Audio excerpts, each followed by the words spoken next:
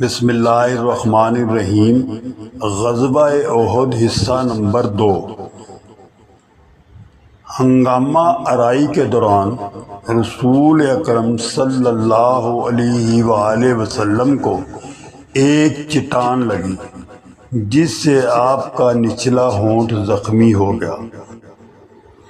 جب آپ نبی اکرم صلی اللہ علیہ وآلہ وسلم کے چہرے سے خون بہہ رہا تھا تو آپ صلی اللہ علیہ وآلہ وسلم سرکار دو جہان نے فرمایا، لوگ کیسے فلاح پا سکتے ہیں جنہوں نے اپنے نبی کریم صلی اللہ علیہ وآلہ وسلم کے چہرے کو خون سے رنگ دیا، جبکہ آپ محمد صلی اللہ علیہ وآلہ وسلم نے انہیں اپنے رب کی طرف بلایا۔ معصب بن عمیر رضی اللہ تعالی عنہ جو مشابہ تھے آپ نبی اکرم صلی اللہ علیہ وآلہ وسلم کے کو بھی مکہ والوں نے مارا تھا۔ اس سے انتشار پیدا ہو گیا۔ میدان جنگ میں یہ افواہ پھیلنے لگی کہ عبداللہ بن کمعہ نے رسول اکرم صلی اللہ علیہ وسلم کو شہید کر دیا۔ کچھ ہی دیر بعد مایوس مسلم فوج نے امید کھونا شروع کر دی۔ یہ وہ واقعہ ہے جب کعب بن مالک رضی اللہ تعالی عنہ نے زخمی حالت میں، جو بہت زیادہ زندہ تھے، رسول اکرم صلی اللہ علیہ وآلہ وسلم کو دیکھ کر فرمایا، اے مسلمانوں خوش ہو جاؤ، یہ ہیں نبی اکرم صلی اللہ علیہ وآلہ وسلم۔ یہ سن کر مومنین رسول اکرم صلی اللہ علیہ وآلہ وسلم کی طرف دوڑے، جن میں سے 30 نے آپ کو گھیر لیا۔ یہ دیکھ کر کہ مسلمان گھیرے ہوئے ہیں، مشکل میں ہیں، رسول اکرم صلی اللہ علیہ وآلہ وسلم نے فوج کو پیچھے ہٹنے کو کہا۔ اس نے کامیابی کے ساتھ فوجیوں کو پہاڑ کی چوٹی پر پہنچایا۔ احد کی جنگ کس نے جیتی؟ مکہ کے گھڑ سواروں نے اپنا آغاز اس وقت پایا جب مسلمان تیر اندازوں نے مال غنیمت جمع کرنے کے لیے اپنی پوزیشن ترک کر دی۔ کافروں نے پیچھے سے حملہ کیا، گھیرے میں لے لیا۔ مسلمان تمام سمتوں سے افراتفری مایوسی کی وجہ سے مسلمان پیچھے ہٹ گئے، جبکہ دوسرے بہادری کے ساتھ ہاتھا پائی میں لڑے۔ اس کی گواہی دیتے ہوئے نبی اکرم صلی اللہ علیہ وآلہ وسلم نے اپنے سپاہیوں کو پیچھے ہٹنے کو کہا، جس کے نتیجہ میں کافر مکیوں کی فتح کا دعویٰ سامنے آیا۔ جنگ احد معصب بن عمیر رضی اللہ تعالیٰ عنہ اور حضرت حمزہ رضی اللہ تعالیٰ عنہ سمیت 70 مسلمان شہید ہوئے تھے۔ اس کے باوجود بعض مورخین نے یہ استدلال کیا کہ جنگ احد اب بھی مسلمانوں کی فتح تھی۔ قریش کے جانے کے بعد اور مکہ واپسی کے لیے روانہ ہونے کے بعد مسلمانوں نے شہداء کو دفن کیا، ضروری جنازہ ادا کیا، اپنا سامان اکٹھا کیا اور مدینہ واپسی کا مشکل سفر کیا۔ راستے میں حمراء الاسد نامی جگہ پر آرام کرنے کے لیے رکے۔ وہاں ان کی ملاقات ایک مسافر سے ہوئی جس کی ملاقات قریش سے ہوئی تھی۔ جب وہ مدینہ کی طرف سفر کر رہا تھا، ابو سفیان نے مسافر سے کہا تھا کہ وہ مسلمان سپاہیوں کو تلاش کرے اور یہ پیغام دے کہ قریش مدینہ کی مسلم آبادی کو تباہ کرنے کے لیے واپس آ رہے ہیں۔ یہ وہ لمحہ تھا جب رسول اکرم صلی اللہ علیہ وآلہ وسلم اپنے ساتھیوں کی طرف متوجہ ہوئے۔ زخمی اور مارے گئے، آپ نے فرمایا، دشمن آ رہا ہے، کیا تم میرے ساتھ کھڑے ہو کر لڑو گے؟ صحابہ نے جواب دیا، ہمارے لیے اللہ ہی کافی ہے اور بہترین انتظام کرنے والا ہے۔ مسلمانوں نے وہاں 3 دن اور 3 راتیں انتظار کی۔ قریش واپس نہ آئے۔ قریش کی واپسی میں ناکامی ضبط کی علامت ہے۔ جنگ احد کی توسیع کے طور پر یہ واقعہ ظاہر کرتا ہے کہ احد کی جنگ کو بھی مسلمانوں کی فتح قرار دیا جا سکتا ہے، باوجود اس کے کہ اس کے سخت سبق ہیں۔ اللہ کا پیغام قرآن جنگ احد کے مومنین کے لیے، پس تم اپنے دشمن کے مقابلے میں کمزور نہ ہو اور نہ غمگین ہو، اور تم ہی غالب رہو گے اگر تم واقعی مومن ہو۔ اگر آپ کو کوئی زخم چھوا ہے تو یقینی بنائیں ایسا زخم دوسروں کو بھی لگا۔ اسی طرح دن ہیں، ہم لوگوں کو باری باری دیتے ہیں تاکہ اللہ ایمان والوں کو آزمائے اور تم میں سے شہیدوں کو لے لے، اور اللہ ظالموں کو پسند نہیں کرتا، اور یہ کہ اللہ مومنوں کو گناہوں سے آزمائے اور کافروں کو ہلاک کر دے۔ کیا تم یہ سمجھتے ہو کہ تم جنت میں داخل ہو جاؤ گے اس سے پہلے کہ اللہ تم میں سے لڑنے والوں کو آزمائے اور صبر کرنے والوں کو بھی آزمائے؟ آپ کو شہادت کی تمنا تھی اس کے ملنے سے پہلے، اب تم نے اسے اپنی آنکھوں سے کھول کر دیکھا ہے۔ سورۃ ال عمران۔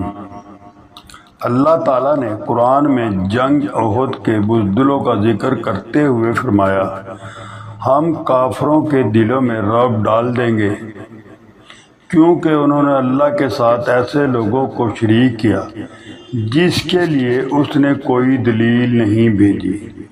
ان کا ٹھکانہ آگ ہے، ظالموں کا ٹھکانہ کیسا برا ہے۔ اور بے شک اللہ نے تم سے اپنا وعدہ پورا کیا جب تم ان اپنے دشمنوں کا اس کے حکم سے قتل کر رہے تھے، یہاں تک کہ تم نے ہمت ہار دی، حکم کے بارے میں جھگڑنے میں پڑ گئے، اور اس کے بعد اس نے تمہیں دکھایا جس سے تم محبت کرتے ہو۔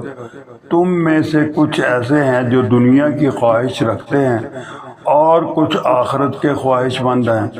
پھر اس نے تمہیں ان دشمن سے بھگا دیا تاکہ وہ تمہاری آزمائش کر سکے، لیکن یقیناً اس نے تمہیں معاف کر دیا، اور اللہ مومنوں پر بڑا مہربان ہے۔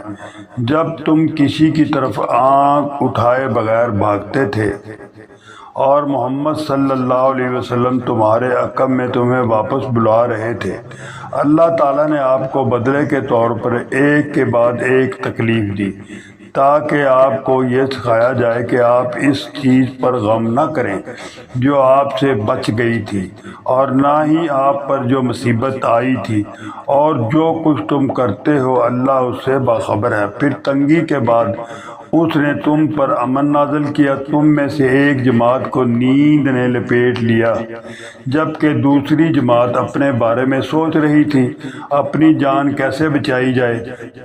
دوسروں کو اور نبی کو نظر انداز کر کے اللہ کے بارے میں غلط گمان کیا، یعنی جہالت کا خیال۔ انہوں نے کہا، کیا ہمارا اس معاملے میں کوئی حصہ ہے؟ آپ کہہ دیجئے، بے شک معاملہ اللہ ہی کے لیے ہے، وہ اپنے اندر وہ بات چھپائے ہیں جو آپ ظاہر کرنے کی ہمت نہیں کرتے۔ کہتے ہیں اگر ہمارا اس معاملے سے کوئی تعلق ہوتا تو ہم میں سے کوئی بھی یہاں قتل نہ ہوتا۔ کہہ دو کہ اگر تم اپنے گھروں میں رہتے تو جن کے لیے موت کا فیصلہ کیا گیا تھا وہ ضرور اپنی موت کی جگہ پر نکل جاتے، لیکن اس لیے کہ اللہ تمہارے سینوں کی جانچ کر لے اور جو کچھ تمہارے دلوں میں تھا اسے پاک کرنے کے لیے، اور اللہ تمہارے سینوں کے سبب کچھ جاننے والا ہے۔ جنگ احد کے متعلق احادیث۔ رسول اکرم صلی اللہ علیہ وآلہ وسلم نے عبداللہ بن جبیر کو پیادہ تیر اندازوں کا سپہ سالار مقرر کیا جو احد کے دن 50 تھے۔ آپ صلی اللہ علیہ وآلہ وسلم نے انہیں ہدایت کی کہ اپنی جگہ پر جمے رہو، نہ چھوڑو۔ یعنی اپنی جگہ کو خواہ تم پرندوں کو ہم پر چہکتے ہوئے دیکھو جب تک میں تمہیں نہ بھیج دوں۔ اگر تم دیکھو کہ ہم نے کافروں کو شکست دے دی ہے، انہیں بھگا دیا ہے، تب بھی تم اپنی جگہ سے نہ نکلو جب تک میں تمہیں نہ بھیج دوں۔ پھر کفار کو شکست ہوئی۔ اللہ کی قسم میں نے عورتوں کو دیکھا کہ وہ اپنے کپڑے اٹھا کر بھاگ رہی ہیں، اپنی چوڑیاں اور اپنی ٹانگیں کھرل رہی ہیں۔ تو عبداللہ بن جبیر کے صحاب نے کہا، غنیمت، اے لوگو غنیمت، تمہارے ساتھی غالب ہو گئے، اب تم کس چیز کا انتظار کر رہے ہو؟ عبداللہ بن جبیر رضی اللہ تعالیٰ عنہ نے کہا، کیا تم بھول گئے ہو کہ رسول اکرم صلی اللہ علیہ وآلہ وسلم نے تم سے کیا کہا تھا؟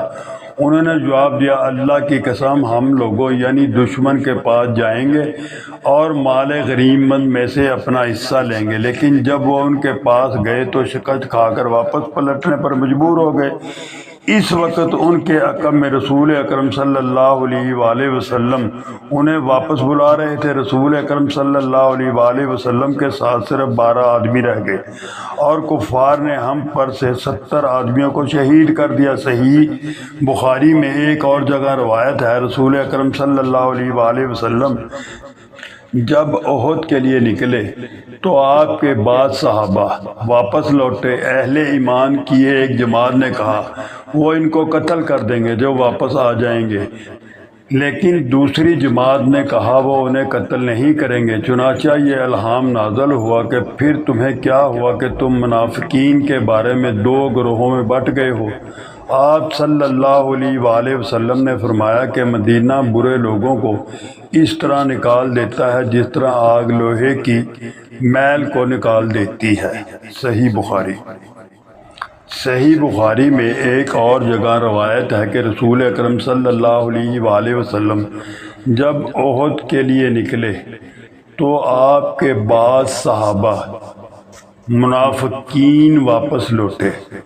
اہل ایمان کی ایک جماعت نے کہا کہ وہ ان کو قتل کر دیں گے جو واپس آ جائیں گے، لیکن دوسری جماعت نے کہا کہ وہ انہیں قتل نہیں کریں گے۔ چنانچہ یہ الہام نازل ہوا کہ پھر تمہیں کیا ہوا کہ تم منافقین کے بارے میں 2 گروہوں میں بٹ گئے؟ آپ صلی اللہ علیہ وآلہ وسلم سرکار دو جہان نے فرمایا کہ مدینہ برے لوگوں کو اس طرح نکال دیتا ہے جس طرح آگ لوہے کے میل کو نکال دیتی ہے۔ صحیح بخاری۔ جنگ احد کے بارے میں حقائق۔ جنگ احد 3 ہجری کو ہوا۔ یہ کافر مکی افواج اور مدینہ کے مسلمانوں کے درمیان دوسری سب سے بڑی جنگ تھی۔ غزوہ احد کے بارے میں چند غیر معروف حقائق یہ ہیں۔ اس میں حقائق نمبر 1، مسجد شیخین۔ مسجد شیخین اس جگہ واقع ہے جہاں رسول خدا صلی اللہ علیہ وآلہ وسلم نے 3 ہجری کے موقع پر نماز ادا کی۔ نہ صرف یہ بلکہ تمام تر تیاریاں مکمل کر لی۔ جنگ احد یہاں بنائے گئے تھے اور اسی طرح آج بھی بہت سے مسلمان غزوہ احد کے شہداء کو خراج عقیدت پیش کرنے کے لیے مسجد شیخین جاتے ہیں۔ حقیقت نمبر 2، مسجد مستعار۔ مسجد مستعار اس جگہ پر کھڑی ہے جہاں نبی اکرم صلی اللہ علیہ وآلہ وسلم نے نماز ادا کی اور بعد نماز عشاء آرام فرمایا۔ جنگ احد مسترا کے لغوی معنی آرام کے ہیں۔ جنگ کے دوران مسجد مسترا کی جگہ مدینہ کی سلامتی کے لیے بڑی اہمیت رکھتی تھی۔ آج لوگ عظیم کی کہانی کو زندہ کرنے کے لیے مسجد مستعار کا دورہ کرتے ہیں۔ حقیقت نمبر 3، خالد بن ولید پر دوبارہ حملہ کیا۔ آپ جانتے ہیں کہ مسلمانوں نے قریش کو تقریباً شکست دے دی تھی۔ جنگ احد تاہم حد سے زیادہ اعتماد کے نتیجہ میں تیر انداز جنگی مال غنیمت حاصل کرنے کے لیے اپنی پوزیشن چھوڑ گئے۔ یہ دیکھ کر خالد بن ولید نے مسلمانوں کی فوج پر پیچھے سے جوابی حملہ کیا، جس سے افراتفری پھیل گئی۔ جنگاور کی کئی مسلمان فوجوں کی ہلاکت۔ ایک چیز جو مسلمانوں نے اس سے سیکھی جنگ احد یہ تھا کہ رسول اکرم صلی اللہ علیہ وآلہ وسلم کی ہدایت پر عمل کیا جائے، خواہ اس کے تقاضے یا حالات کچھ بھی ہو۔ حقیقت حمزہ رضی اللہ تعالیٰ عنہ شہید ہو گئے۔ سب سے دل دہلانے والا نقصان جنگ احد حمزہ بن عبد المطلب رضی اللہ تعالیٰ عنہ کی وفات تھی۔ اسے جبیل بن مطعم کے حبشی غلام وحشی بن حرب کے نیزے سے مارا گیا، اور بعد میں ہندہ نے حمزہ رضی اللہ تعالیٰ عنہ کا دڑ کھولا اور انتقام کے لیے ان کے جگر کو چبا لیا۔ چونکہ حضرت حمزہ رضی اللہ تعالیٰ عنہ جنگ بدر میں ہندہ کے والد عتبہ بن ربیعہ کو قتل کر دیا تھا، تاہم نقصان کے باوجود مسلمانوں نے غزوہ احد کا مقابلہ اسی ہمت اور بہادری سے کیا۔ حقیقت نبی اکرم صلی اللہ علیہ وآلہ وسلم زخمی ہوئے تھے۔ متعدد روایات کے مطابق یہ کہا جاتا ہے کہ نبی اکرم صلی اللہ علیہ وآلہ وسلم نے لڑنا کی جنگ احد ایک چٹان سے ٹکرایا، جس سے اس کی ہیلمٹ کو نقصان پہنچا۔ اس کے نچلے ہونٹ کو چوٹ لگی اور اس کا دانت کٹ گیا۔ دوسری طرف مصعب بن عمیر رضی اللہ تعالیٰ عنہ، جو رسول خدا صلی اللہ علیہ وآلہ وسلم سے بہت مشابہت رکھتے تھے، عبداللہ بن کما کے ہاتھوں شہید ہو گئے۔ اس سے افراتفری پھیل گئی، کیونکہ مسلمان اپنے حوصلہ کھونے لگے۔ مایوسی کی لہر دوڑ گئی۔ آپ صلی اللہ علیہ وآلہ وسلم نے یہ غلط فہمی دور کر دی، اور یہ دیکھ کر کہ ان کا بہت زیادہ جانی نقصان ہو چکا ہے، آپ صلی اللہ علیہ وآلہ وسلم نے مسلمانوں کی فوج کو پیچھے ہٹنے کو کہا جاتا ہے کہ 30 کے قریب جنگجو رسول اکرم صلی اللہ علیہ وآلہ وسلم کو گھیرے میں لے کر احد پہاڑ پر ایک بلند اور محفوظ مقام پر لے گئے۔ خلاصہ غزوہ احد، اس میں مسلمانوں کا نقصان ہوا۔